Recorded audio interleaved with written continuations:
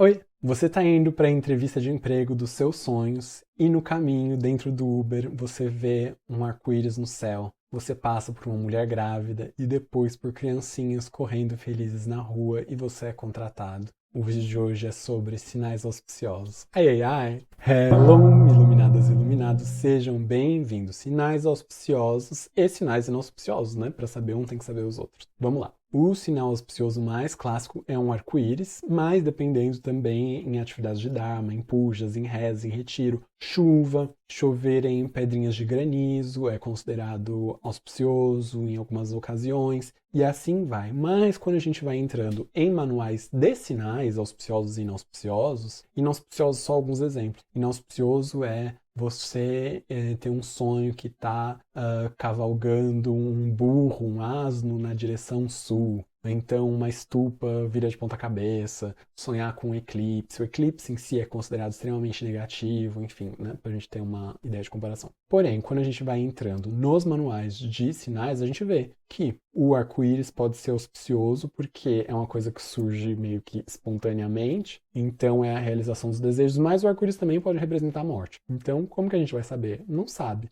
Eu vou falar da minha experiência, eu pessoalmente não me guio por sinais. Eu estava uma vez indo para o aeroporto de madrugada, assim, super cedo, esses voos baratinhos que às vezes tem de manhã. Cheguei na estação super cedo, sentei assim, tava com bastante sono para pegar o primeiro trem para o aeroporto. Quando eu olho para o lado, um rolo de dinheiro ali, um maço de dinheiro. Pensei, oh meu Deus, um sinal, é o universo. Gente, eu nem acredito em universo.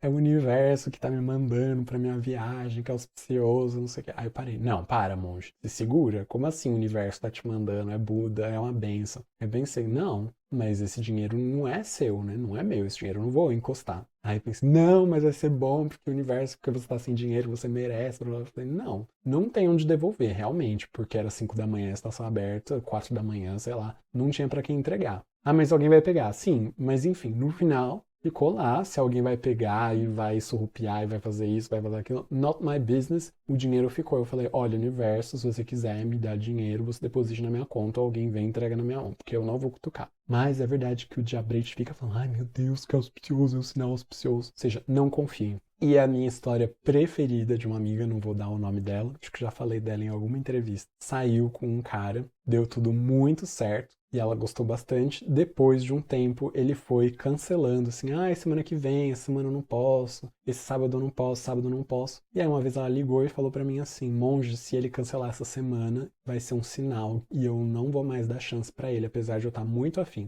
E o dia que eles podiam se encontrar era sempre sábado. Ele ligou na terça ou na quarta-feira e falou assim: olha, esse sábado eu não vou poder porque a minha avó caiu da escada e se quebrou toda e eu sou acompanhante dela no hospital. Ela me ligou de novo e falou: tá vendo? Eu pedi pra Deus um sinal e agora ele cancelou, então eu acabei. Eu falei: olha, amiga, você acha que Deus, né, que é o objeto da fé dela, você acha que Deus está ali no céu? Fala, nossa, essa moça tá muito trouxa, né? Pra ela deixar de ser besta, vou dar um empurrãozinho, quebrar a véia ali. Vou jogar a véia da escada que é pra você deixar de ser sonso. Falei, pelo amor de Deus, né? Aqui você tá self-centered, completamente o centro do universo, autocentrado, egoísta, de achar que o universo conspira em criar situações, né? Porque ele tá girando em torno do seu umbigo, pelo amor de Deus. Então, lembro sempre dessa minha amiga, tô com vontade de falar o nome dela, mas não vou falar. E lembro do dinheiro que eu olhei ali e fiquei tentado, ou seja, a gente tem que ter muito cuidado com sinais, porque a gente,